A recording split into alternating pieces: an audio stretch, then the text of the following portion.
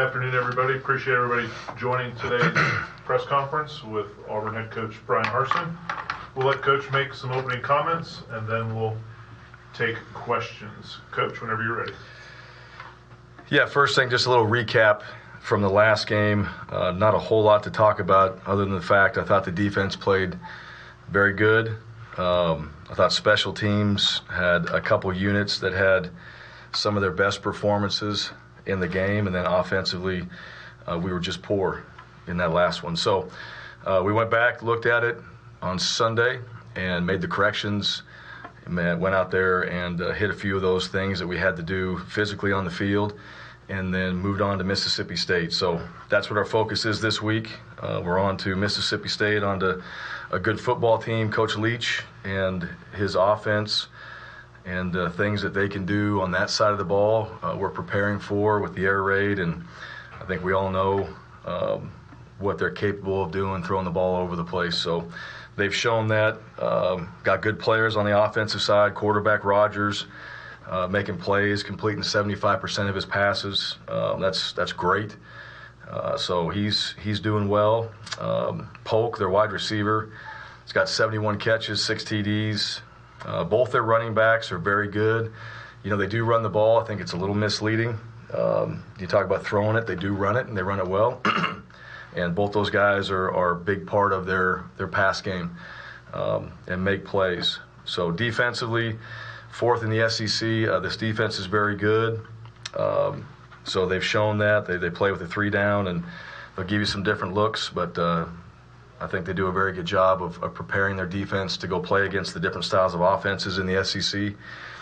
And guys that stand out, Emerson, their corner, very good player. Jet Johnson, 64 tackles. Their Mike linebacker has been very solid this season. And then Tyrus Wheat has got 4 sacks, an INT, 2 pass breakups. So one of their other linebackers as well. So he's playing very good. Special teams are solid all the way around. These guys are aggressive. They can make plays on special teams. And so all 3 phases, as we've gotten into watching these guys play, they're very good. They're talented, and you know they've done some really good things this year, and they played good teams. They played some close games. I know the last one they just played in was close, and I know this is their last road game for their team this season. So it's really about us, what we have to do as far as getting ourselves prepared, focusing on our execution day in and day out, the consistency that we have to play good football on Saturday, and making sure that everybody on this team and on this staff is capable and able to do that and is focused on that each and every day. So when we go play, all right, we want to see those things show up more consistently on game day. So with that, questions? Michael Giddens. Coach, you've got 6 straight quarters without an offensive touchdown. After being able to watch the tape from Saturday, besides just execution, what things are you looking to get corrected in practice headed into Mississippi State? Yeah, well, we know we have to correct. And, you know, I might as well just invite the Mississippi State's defensive staff in here if I told you all those things. One is we got to score touchdowns. I mean, 6 quarters and no touchdowns. That's pretty telling. That's not, you know, what we're trying to accomplish on the offensive side. So we need to have better plays. We need to have better play calls. We need to have opportunities to score and create those on the offensive side. So we got to make plays. And, you know, we got to be a whole lot better. You know, I thought 2 phases on Saturday against A&M played pretty good. And, you know, offensively we did not. So that's got to be corrected. And, you know, the players on that side of the ball, the coaching staff, it's pretty obvious, you know, that we need to score touchdowns in order to win games. And, you know, at the end of the day, we haven't done that well enough. We have another opportunity this week to go work on that and create that. Those things have to happen every single day for us. What I know about our team and our offense in particular, it doesn't just happen on Saturday. That's what I know. So if it's emphasized every day, if it's focused every day, if it's executed every day, then we'll have a lot better opportunity to not be, you know, at the very bottom and not scoring points on the offensive side. So a lot of work to be done, and if we're going to win these remaining games that we have a chance to play in, if we're going to beat Mississippi State, you got to score touchdowns at the end of the day. So, to your question in particular, there's some really specific things that I don't want to get into that are really a focus on this team. But we all know what we saw on Saturday. That's not going to get it done, and we know that. We knew that going into the game. We've known that the entire season, and we have to be good enough to correct that at the end of the day, and that's the challenge. So everybody has a job and a responsibility. In order to make that happen, you got to do your job, and those things have to show up on game day so we can win games. Jordan Hill. Bryan, you mentioned Will Rogers a few minutes ago. I think he's third in the nation in passing yards. Just what has stood out to you about Will and what he's been able to do in Mike Leach's system this year? I think all the quarterbacks in that system, that's what they do. They throw the ball. And they do it well. And Coach Leach has always done a good job with his quarterbacks, but 75% completion. Just because you're throwing it doesn't mean you're going to have 75% completion. And so that's pretty darn good. What I do think of, and I haven't seen a ton of Rodgers. I've seen some. I'll dive into that a little bit more, but I've seen enough to know that he's a good player. I think he's a good decision maker. I think the guys around him are playing well. And obviously those guys are making catches and getting themselves open. And so, they've controlled the ball actually quite a bit too with this style of offense, and they've done a good job that way. So he's playing well, and he's doing a good job leading that offense, and those guys around him are playing well. So, we have to find a way to play really good defense against a quarterback like him. We got to be consistent. We got to be in the right position at the right time. And if we get a chance to make a play on the ball, we got to make a play. So, it's going to be a test for our defense, no question, just with how they're playing and the things that they do. Tom Green. Hey, Bryan. I know after the game you said you wanted to kind of go back and watch the film before you assess the play at quarterback. But now that you have a chance, just what did you make of Bo's performance? And I guess what's the message to him after a game like that, after he'd shown so much progress over the prior month? Well, the message for everybody and any particular player that doesn't have their best game, it's just consistency. That's the quest, I think, for everybody in things that we do. Certainly as a performer, in any sport, how can you be consistent? You can reach a certain level. How do you do it again? That's really the mystery in I think in sports and with everybody is how do you find that consistency? And obviously people that do that, that's why great athletes are in the position that they're in, why they win championships and why they become legends is because of the consistency that they show. And so I think for everybody, you're always looking for that. And Bo, he's capable of it. He didn't have his best game, obviously. There were things and reasons why. It's not always just on that one particular position. And I've said that before. I think the quarterback gets way too much credit and way too much blame. And I still believe that. And so, it's a matter of going back and making sure that one, he's playing better. Two, the guys around him are playing better. We have a better plan.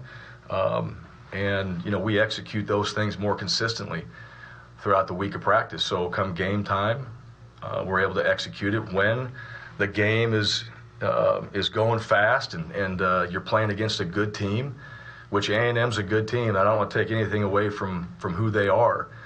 Their defense is very good, and those guys played fast. Well, we can play fast too, and you got to be able to do that through 4 quarters. And if you go back and really think about that game, it was 3-3 all the way into the third quarter. The third quarter is 3-3. It's not like it's 20-0. We're in the game. It's not going well as far as from an execution standpoint, but the game was tied. And, neither side was very impressive on the offensive side of the ball. And, you gotta be able to overcome that. You gotta be able to find a way to put points on the board and overcome some of the adversity, and everything didn't go, as planned. And that goes for everybody. And we just weren't able to do that. And A&M did, and that's why they won the game. So, That's the message. The message is, all right, how do we now learn from this? And when we get back into a situation like that again, which we will be, there'll be some adversity, there'll be things that don't go our way. How do we get right back into it and go focus on the task at hand and go execute like we need to? Because to me, it's, there's emotions in the game, but we all have jobs to do, and we got to go out there and execute those jobs. You got 11 guys, you got to do your 1/11th, and sometimes it doesn't go your way. And as a quarterback, what it comes down to is decision making. It didn't work. Make a great decision. If we have to punt, play defense, we'll keep doing that until we can finally get a little bit of a spark and get things going. The one thing about our offense that we did have early in that game, and a lot of that game, is we had good field position.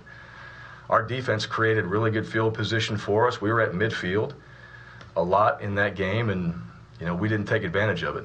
We didn't find ways to get down closer to the end zone and put points on the board, or find ways to score. So, that's lesson learned. I mean, that's kind of football 101, but you got to make it, again, an obvious example from the game for everybody that when we're in these positions, like, we got to score. The percentages go up for an offense to be able to put points on the board, and we got to be able to do that. Bill Cameron. Coach, from early on, Bo was sprinting right, and I'm sure that part of that is because of the concern for their push up the middle, but doesn't that really sort of limit the ability to throw back? I know a couple of times he threw back across and completed some passes back to his left, but just talk about that, because it sort of seems like it gives a very narrow window to throw into. What are you asking? Are you saying that he just ran right, or they forced him right, or? No, I said I assume that's because of the concern from the push up the middle, but I just wondered about the concern for sort of having a narrow window to throw into there when he's having to roll or sprint full speed. Yeah, well, that's not ideal. I mean, you don't want to have to – some of the plays that we had him moving on were designed to actually do that. Now, the other ones where he's moving from the pocket, you're right. They got push up the middle, and he was escaping. And, when you're running – really as fast as you can, it's hard to complete a pass full speed. You got to be able to have a chance to kind of settle down and throttle down and make a good throw. But that's that was what A&M was doing in a couple of those plays, as they created the pressure, all right, and they were also trailing and chasing and trying to go get him, where he had to run, kind of just as fast as he could and try to make a play in those situations. That's going to happen in a game, though. That's not something that you don't anticipate against, some type of pressure. They're going to bring some pressure, make the quarterback escape. And when you do, and you got a guy like Bo, now the drawback of that for a defense is Bo can stick his foot in the ground and go run it for 15, 20, 30 yards as well. And so, there was a couple times that we had a chance to do that, and a couple times they played it really well. But, we also had some clean pockets, chances to throw it. And then opportunities in there as well where we could have picked some blitzes up and we didn't pick them up.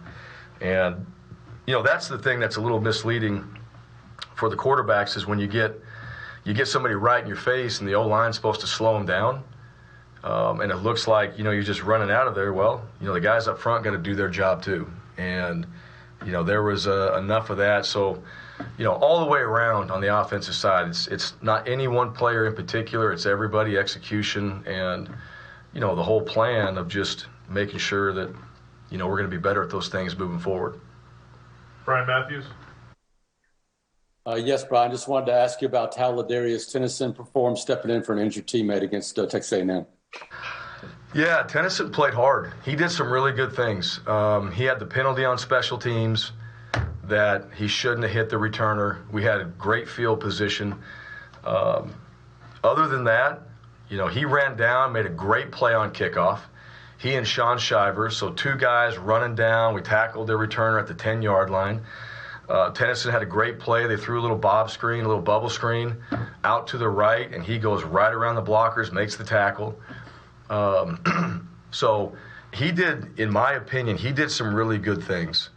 And, one of the things when you play more, maybe some of those little penalties, things don't happen as much because you have just more reps. You have more experience out there. But he showed that he can play physical. He showed that he can play fast. He showed that he's going to go out there and be a guy that gives great effort. We clean up a couple decisions that he had. But when you're playing hard like that, sometimes things happen.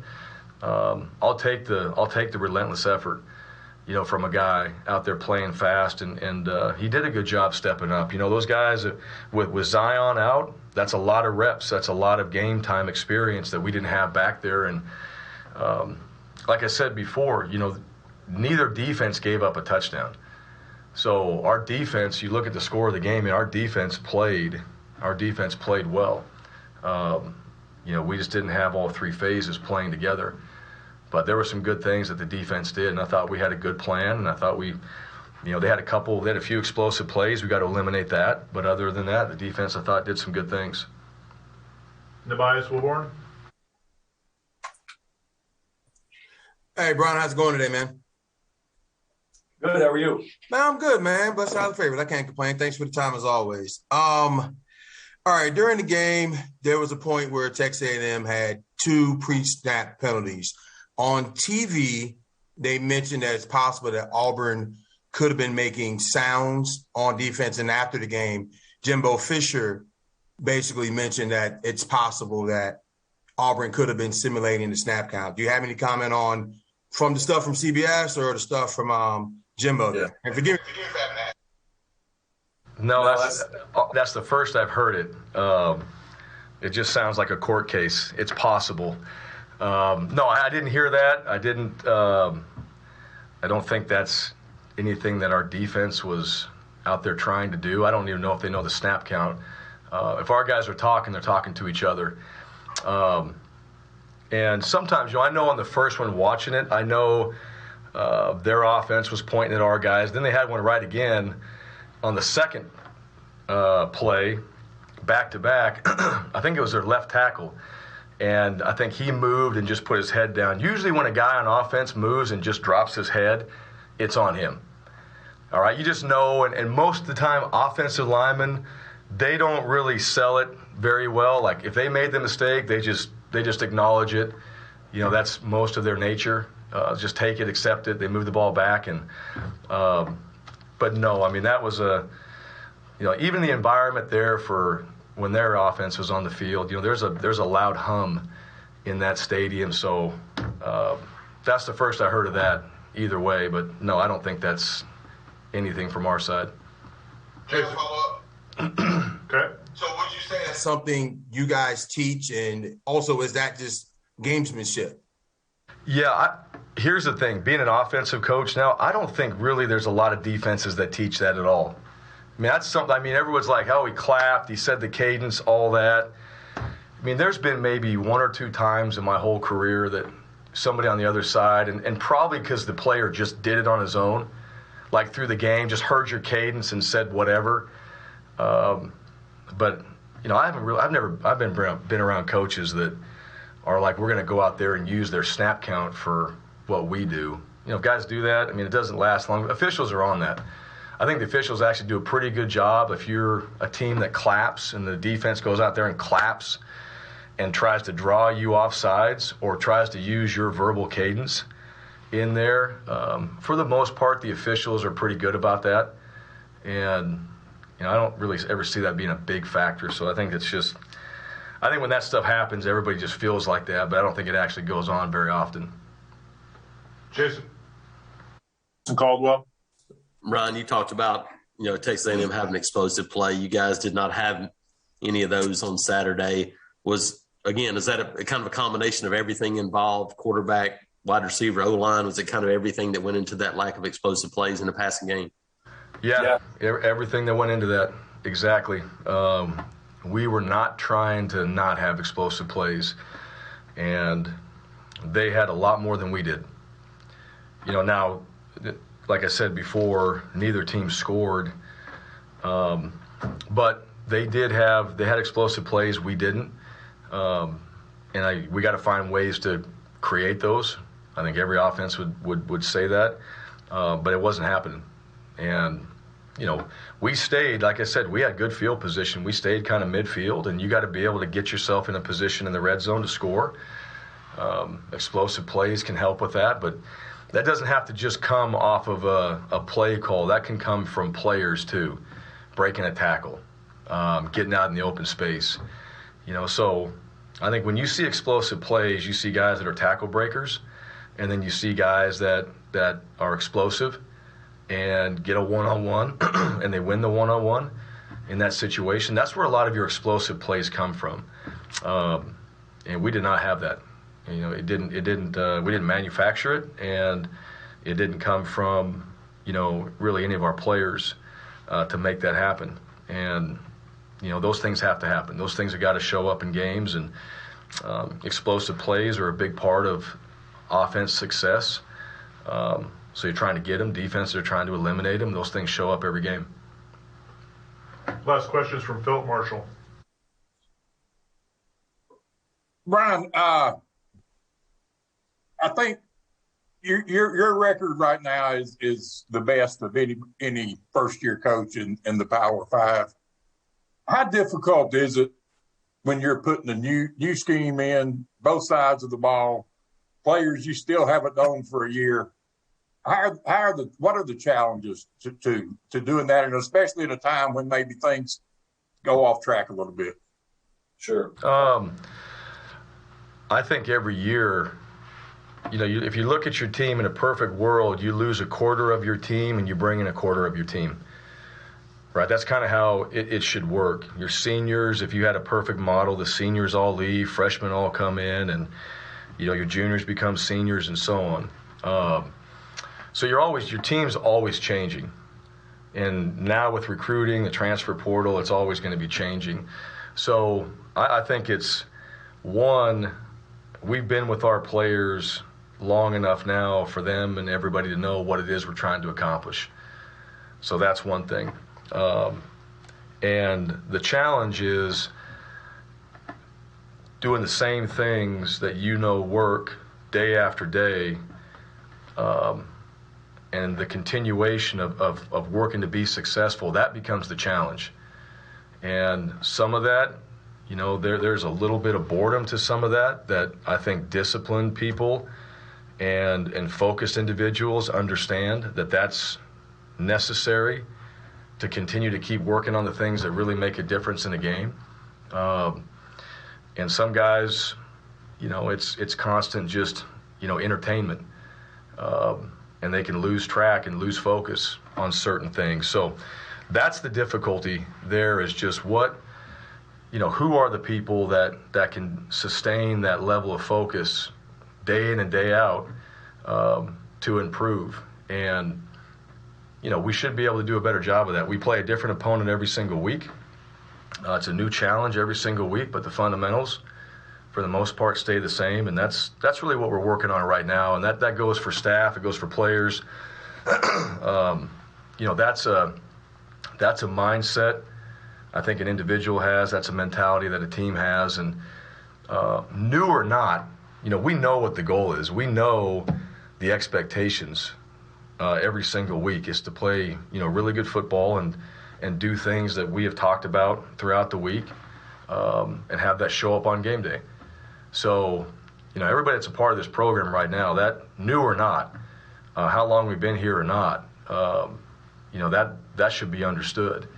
And it's a matter of how well we continue to keep emphasizing that with our staff and making sure that the players and everybody understands the importance of it. So that's the challenge every year. It's really the challenge every day, and I don't see that changing.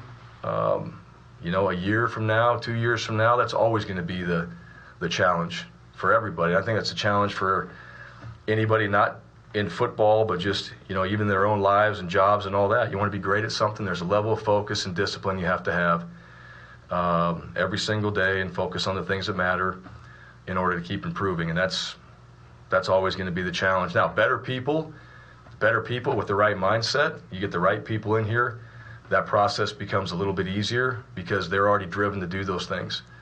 And that's the challenge. You bring in not just people, but the right people that want to achieve that, and that becomes more of an identity of your team. those are the things that we're working on now. All right, Coach. Thank you for your time today. Okay, thank you.